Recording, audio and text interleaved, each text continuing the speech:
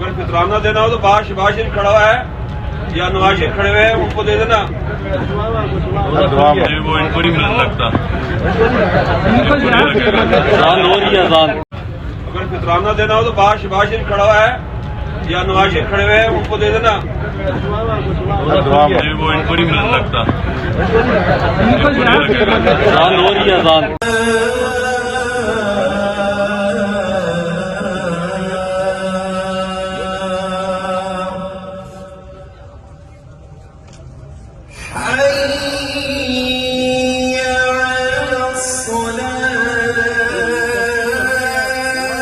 آپ کو سمجھ آ گئی.